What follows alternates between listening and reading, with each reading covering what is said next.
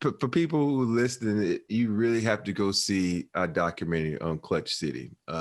We touch on a lot of things, we touch on especially in that 95 season and how MJ came back and how the rivalry between MJ and Vernon was. And a lot of people don't know that.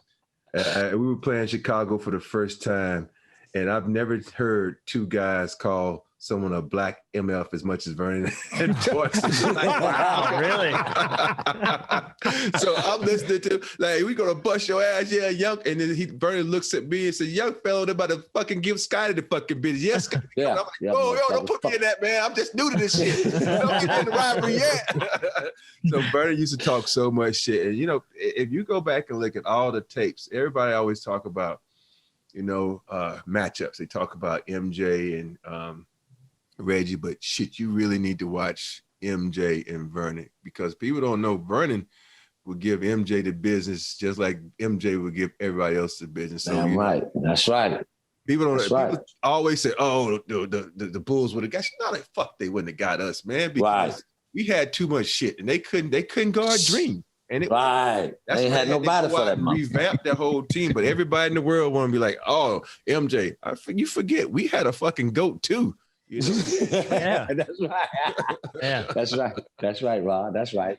Hey, Vern, let me say this. Listening to a lot of you guys, from the 80s and the 90s speak, and I understand it was a different league than what it is today.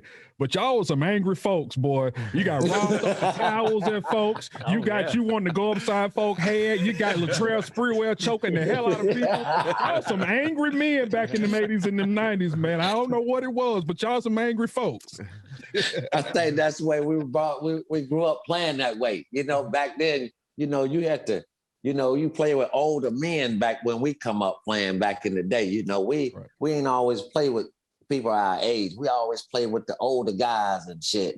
And that's the way we had to fight out there, man, to play on, stay on the motherfucking floor. If you ain't fighting, your ass ain't playing. Man, it's funny you say that, man. If you go back now and you go to the playground compared to when we playground, you had to put a brick or a stick on the side of the playground. I said, all right, fuck with me. I'm going to go get that brick. I'm going to go my bust in that head. Nowadays, guys like, oh, you fouled me. Okay, I'm sorry, friend. Yeah, it's your ball. Take out.